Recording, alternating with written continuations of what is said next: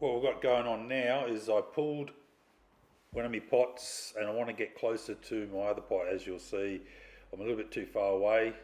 It just means more steaming time just to catch the pots.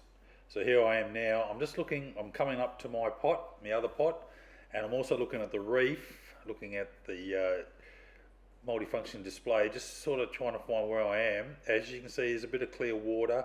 There's my other pot, and there's a bit of reef. You can't quite see, the GoPro's not picking it up. I've dropped it, probably not in an ideal spot. It's a fair bit of sand. Just to the right where the pot tipper is, you can see a bit of reef. And there, now ready to go home. So making the deck all secure, bringing the pot tipper inboard.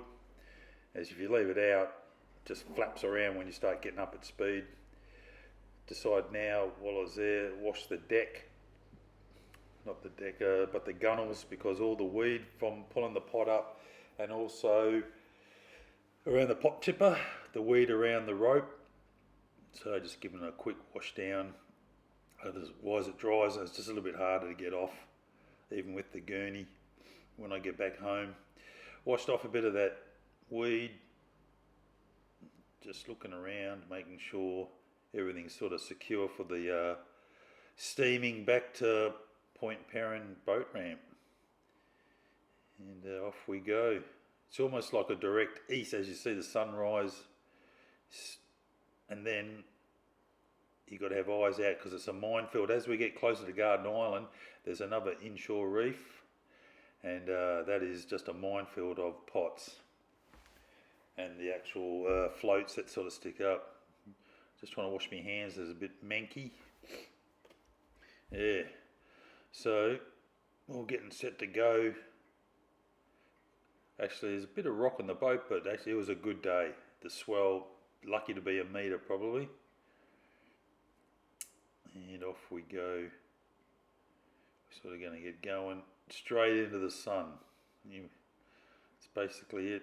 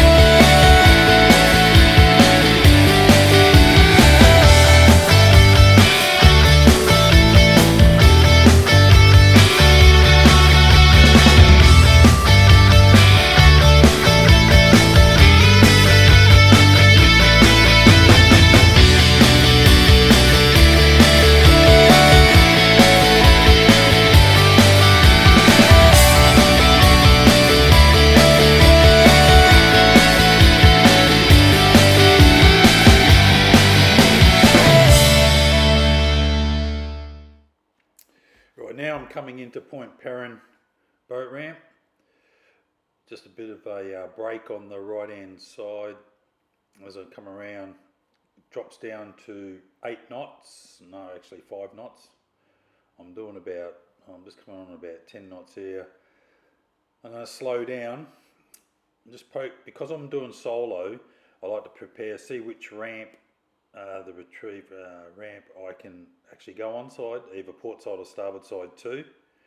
So I'll just sort of slow it right down here, as you see the marker, the starboard side marker. I've had a look, so I'll be going port side too, so I'm set up. I think in future I'm going to have 2 mooring ropes, either one port side, one starboard side. Save this, have it already set up.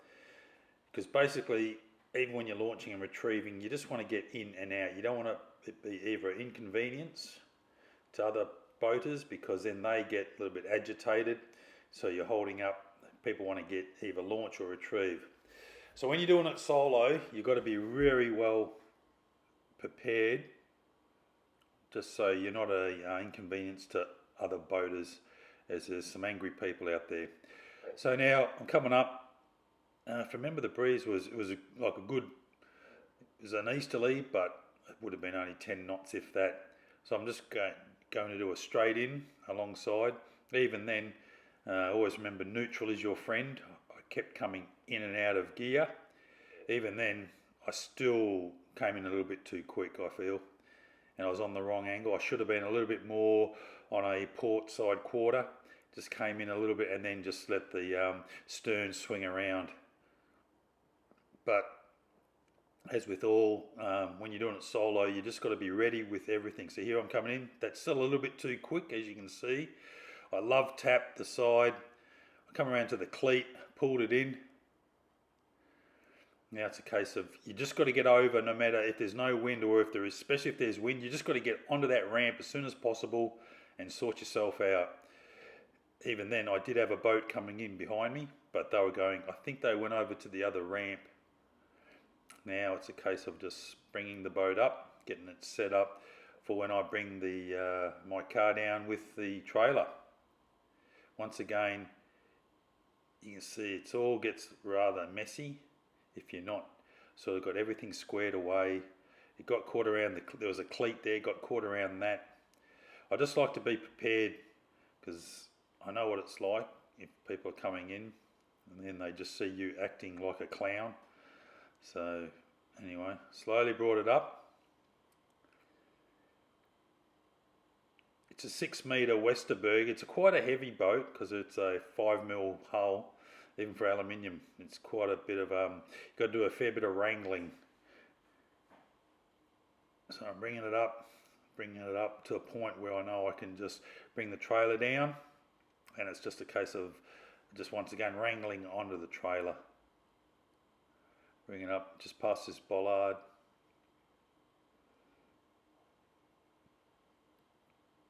Yep. As you can see here, this was just after 6 in the morning. No, actually it was just before 6, and already the ramp is getting quite busy. And this was a weekday. This was Monday.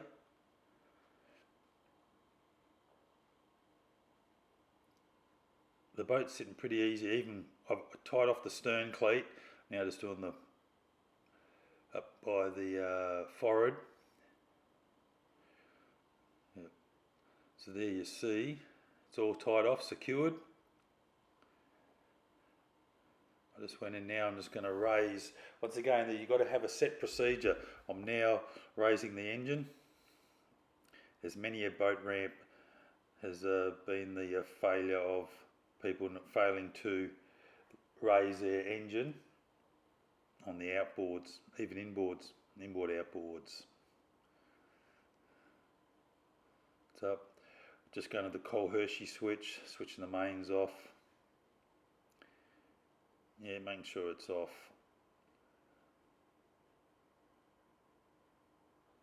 Done.